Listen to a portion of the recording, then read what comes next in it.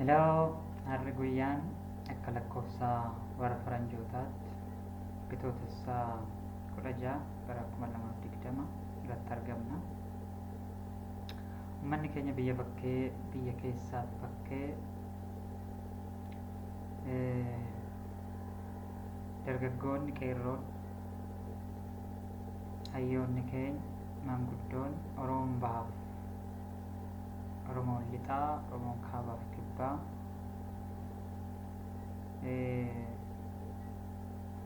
nageenyi keenya kan kabajaa lafa jirtan hundumaatti isin haa dhaqqabu.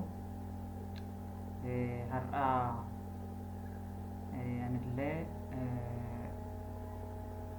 dhimma koronaa vaayirasii irratti waan tokko isin yaadachiisuu fi akka biyya keenyaatti egaa akkuma hundumti keenya iyyuu beeknu mootummaa nama biyya bulchaa jiru kun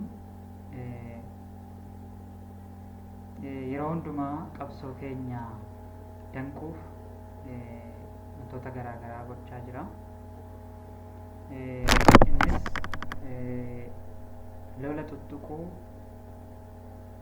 lola biyyoota ollaa wajjin tuttuquu, inni biraan immoo yeroo outbreakiin yookiin weeraraan dhibeen tokko ka'an sana callisee ilaaluun tarkaanfii fudhachuu dhiisee dhaggeeffachuudhaan qabsoo keenya danquu, namni attentionii isaa sanatti akka sheer godhu, lolatti akka sheer godhu, dhibee outbreakii irra darbee pandemic ta'e yookiin outbreakii kan jedhamu tokko outbreak jechuun within a geography, within a country, within a region jechuudha. Pandemic jechuun immoo biyya tokkorra darbeeyyuu biyya addunyaatti outbreak ta'e jechuudha. Kanaaf daangaa darbee deeme jechuudha. Sana intentionally ta'e jedhee mootummaan biyya kanaa keessumaa kan amma ragaa sobaatiin biyya geggeessaa jiru osoo digirii PhD hin qabaatin ani PhD waamsisaa ture obbo Abiyyi Ahmediin durfamu ta'e jedhameet uummata keenya miidhuuf sakatta'insi gahaan osoo hin godhamin eerpoortii irratti ta'e jedhanii karoorsanii namoonni yennaa biyya alaarraa dhufan ati eessa jedhanii gaafachuudhaan namoota chaayinaarraa dhufan irraan kan hafe nama kamiyyuu saampilii kan fuunee fi akkan qoranne ati eessaa dhufte yoo jette USA yoo jette Jaappaan yoo jetteen Afrikaa biyyoota Afrikaa yoo waamte biyyoota Eeshiyaa yoo waamte si dabarsan yoo chaayinaa irraa dhufte garuu si dhaaban ta'e jedhanii uummata keenya miidhuuf hamma ammaa balaliin dhaabne balalii biyyoota garaagaraa dhaabne sakatta'insa serious ta'e eerpoortiitti hin hundeessine jechaadha. Inni lammaffaan akkuma hundumti keenya dhageenyuuf arginuuf beeknu quba qabnu uummanni addunyaas Amnesty International fi Human Rights Watch quba qabu hanga ammaa intarneetiin bilbilli neetworkiin akka mootummaa Rippaabilikii Oromiyaatti yookiin isteetii mootummaa Oromiyaa naannoo keenyaatti keessumaa lixa Oromiyaa fi godinaalee addaa tokko irraa kaasee neetworkiin ammaan gadhiifamne sababii kanaaf uummanni keenya odeeffannoo gahaa argachuu hin dandeenye jechuudha. Kanaaf ammaalee deemaa jiru qabsoo keenya danquuf namni attentionii isaa yookiin yaada isaa achi qoodee adeemsa gabrummaa xumura gochuu keessatti taasisu keessatti qabsoo dhaabee idduma jirutti dhaabee yookiin waa'ee siyaasaa dhiisee namni gara lolaatti akka deemu, namni waa'ee weerara dhibee koronaa akka rakkatuu fi wajjin wallaansoo qabuuf jecha ta'e jedhaniiti rakkoo kana nurratti babal'isaa jiran jecha. Hundumaafuu kana uummanni keenyas uummanni addunyaas akka nu beeku barbaanna. Dhugaa lafa jirudha jechuudha. Ammaaf garuu tarii nus wanni isinii qoonnu tokkoffaa vaayirasii irraa innaa kaanu vaayirasiin uumama isaatiin yuuniseelulaariidha. DNA hin qabu yookiin single strandiidha. RNA qofa qaba jechaadha. So vaayirasii kana ajjeesuun hin danda'amu. Kroomozoomii waan hin qabneef keemikaalatti exposed gochuun hin danda'amu jechaadha. Har'aa kan ka'e saayintistoota addunyaa ta'e akkuma biyya waliigala addunyaatti mataa dhukkubbii dhibee ta'edha jechuudha. Kun icciitii mataa isaa qaba. Sababiin keessumaa outbreakii koronaa vaayirasii bara kana addunyaa balbala cufachiise sababaaf icciitii mataa isaa qabaachuu danda'a. Hundaafuu falli jiru amma ittisuu irratti ittisuun salphaadha. Biyyoonni addunyaa keenyaa tarkaanfii fudhachaa jiranii sa'a amma viidiyoo kana waraabnetti biyya Itoophiyaatti amma ragaan jiru nama 5 sadarkaa nama 5 kan ga'e positively detect ta'eera jechuudha. Koronaa vaayirasiin kun biyya kana kan seene karaa lammii Jaappaan fi innis guyyaa 5 erga biyya kana keessa ture deebi'ee kan saampilii kennee proximate analysisiidhaan bira ga'ame. Kanaaf amma ammaatti namoota Jaappaan lammiilee Jaappaan 3 fi lammiilee biyya keessaa 1 yookiin 2 jedhamu irraa ga'eera baay'inni isaa. Hundaa ol amma wanti jedhamu vaayirasii kana yaaluun hin danda'amu. Akkuma namni isiniin jedhe sababiin isaa DNA hin qabu, kroomozoomii hin qabu, yuuniseelulaariidha. Qaamni isaa yookiin masiliin qaama wanna kanaa dhibee kanaa keemikaalatti exposed hin ta'uun argamu. Yeroo karaa biraa immoo muteet ta'a. Kanaafuu malli jiru ittisuudha jechaadha. Innis akkamitti ittisnaa? Tokkoffaa actually wanni kun airborneidha. Qilleensaan deema, tuttuqqeen deema. Wantoota sana gochuudha. Inni tokkoffaan harka keenya saamunaadhaan dhiqachuudha. Inni lammaffaan nama cabbaxuu yookiin nama harka qabuu dhiisuudha. Wantoota ho'aa citric acid warra jedhaman vitamin C keessumaa kan akka loomii keessatti argamu kana fayyadamuudha. Vaayirasiin tempereecharii qaama namaa ol 26-27 ol dandamachuu waan hin dandeenyeef wantoota ho'aa fayyadamuudha. Yennaa gabaa deemtan yookiin lafa namni itti baay'atu yennaa deemtan keessumaa naannoo magaalaa Finfinnee naannoo ishee namoonni jiraattan yennaa manaa gadi baatan uffata yabbuu shaarbii yabbuu qabachuun dagatinaa. Fuula keessan afaan keessan shaffanachuuf isin gargaara. Taaksii keessa yennaa teessan namni isin biraa yoo hin dafqa ta'e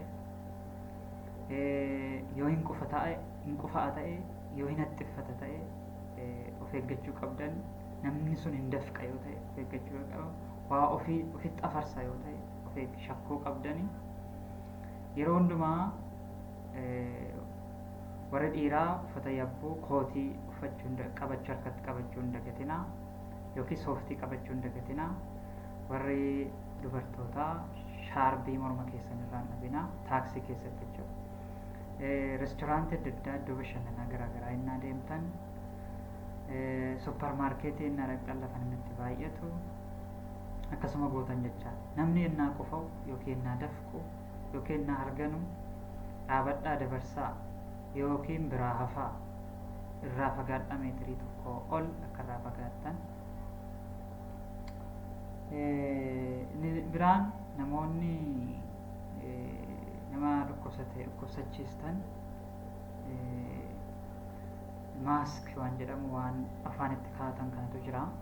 Funyaaniif afaan ofitti kaa'atanii yoon argame isa bitachuu mana yaalaa gaafatanii yookiin ammoo mana yaalaatiin kennama amma yeroo ammaa kana hin jira. Yoo kanaa achi immoo carqiidhuma amma naannoo namni isin jedhe carqii furdaa ofitti faana qabattanii afaanii funyaan keessan qabachuudha jechaadha.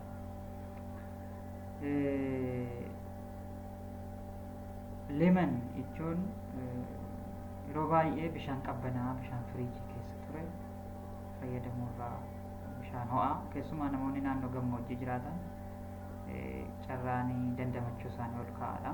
Sababiin isaa qilleensi isaa keessumaa tempereechariin isaanii 25 hanga 35 30 jiru. Maateriyaalii sibiila turuu hin danda'u. Warroota faayibaras ta'e mukarra turuu hin danda'u. Namni tokko muka qabatee jira turuu hin danda'u. Konkolaataa qabatee turuu hin danda'u. Staandardiin isaa kan mukaa, kan barrii, kan teessoo waan garaagaraa kun sa'a 9 tura. Garuu lafa ho'aatti amma kanan turu jechaadha. Kanaaf yoo danda'ame bishaan qabbanaa firiijii keessanii warreen baddaa jiraattan akkan dhugne bishaan ho'aa akka dhugdan.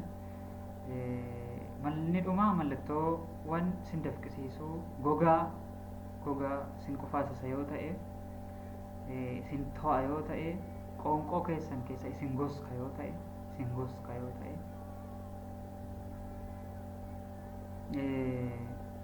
deemtanii akka of sakattaasistan maatii keessaniif jettanii, uummata keessaniif jettanii kan akka gootan isin gaafanna. Kanaaf baay'inaan tokkoffaa taaksii akkan seenne maqaadhaaf mootummaan biyya kanaa lakkoofsa isaa limiit akka ta'u ijoolleen haayiskuulii piraayimarii hanga haayiskuulii jiran barnoota akka dhaaban torbee lamaa walga'iin kamuuf kan jiraanne jedhaniiti oduu odeessaa jiranii sun gaariidhaan deeggarama sana mul'een jajjabeessina. Of eeggadhaa, mallattoo laalaa, nama harkaan hin tuqinaa, dagattanii nama harkaan qabanaa yeroo hundumaa yaadadhaa. Wanta isin dagachuu hin qabne harka nama tuquudha yeroo tokko namni tutti yaadin akka tasaa harka nama qaba. Eenyumaan haa ta'u eenyu bakkee ooltanii galtanii gabaa ooltanii yookiin iddoo walitti qabama koominitii adda addaa keessa ooltanii galtan harka keessaniin fuula keessan ija keessan afaanii funyaan keessan qabachuun qabdanii mana keessanitti galtanii erga harka keessan sana saamunaan dhiqattanii isatti nama cabbaxaa ooltan san gara afaan isaanii funyaanii fi fuula keessanitti dhiyeessitan jechaadha. Kanaaf seerasilee of eeggadhaa. Nuyi kan jennu rabbi biyya keenya haa gargaaru, balaa kanaa bubbee hamaa kana nurraa qabbaneessu. Barrettaanu kana waan nagaa, waan milkii, dubbii midhaan qabuuf duratti tolu, injifannoo nuuf taasisu. Gadaan kun gadaa injifannooti nuufi, gadaan tokkummaati nuufi, gadaa isteetii irraa gara mootummaatti itti ce'aa jirudha nuufi, gadaa seena qabeessadha nuufi, gadaatti aarsaa cimaa kaffalaa jirrudhasi. Kanaaf keessumaa jabeessee waan walitti himnu uummanni keenya biyya keessaaf ala jirtan ammas Amnesty International fi Human Rights Watch dhimma mootummaan neetwoorkii nurraa kutuudhaan uummanni keenya lixa Oromiyaa akkasumas naannoo Buraayyuu hoolataa special zones warra jedhaman bulchiinsa addaa naannoo Finfinnee irraa kaasee interneetiin nurraa kute kun uummanni addunyaa akka quba qabaatu organizationoonni dhimma kanaaf falman akka quba qabaatanii fi mootummaa gaafatan akka nu gaafataniif nu bira dhaabattan nu gargaartan isiniif dhaamna. Hundaa ol tokkummaan keenya humna tokkummaadhaan wal bira dhaabbannee faayidaa keenya eegsisnee akeekaaf kaayyoo jaallan keenyatti kufan abboonni keenyatti kufanii nu biraan ga'anii fi kan ijoolleen keenya kichuun saba keenyaaf dabarsuuf jettee reeshee dhabde sana wal faana akka galmaan geenyuu fi siidaa isaanii ol qabnee dhaamnu baratti gantoonnii fi baratti ilmaan nafxanyaaf impaayarrii kaleessaa sun deebi'eetti jige itti salphateef qaanee baraka kanaati barri kuni. Kanaaf wal faana bilisa baanaa wal faanaa injifannu. Rabbi nu haa gargaaru, nagaas nu haa dhageessisu, nagaas walitti nu haa deebisu. Haa ta'u malee sababii kamiinuu haa ta'u kam yeroo kamittuu yeroottis yeroo maleettis daqiiqaa tokkoof sekendiif maayikiroo sekendiif qabsoon keenya akka adda hin cinne tokkummaan keenya akka adda hin cinne kaayyoo ganamaatiif qabsaa'uun keenya akka adda hin cinne irra deebinee isiniin kaneessuu barbaanna. Manni keenya rifatinaa. Inni guddaan garuu waan gochuu danda'amu haala ittisa dhibee kanaa wal qabatee waan gochuu danda'an waan ta'eef yeroo hundumaa yeroo baatanii galtan yeroo nama wajjin jiraattan nama naannoo keessanis akka ta'u hin dagatinaa. Mallattoo qabajaa ta'eef namni sun maal gochaa jira maal ta'aa jiraan jedhu nama naannoo keessan ilaalladhaa.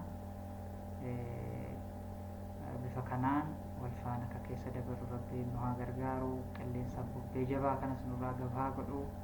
Nagaan naaf oolaa. Nagaan.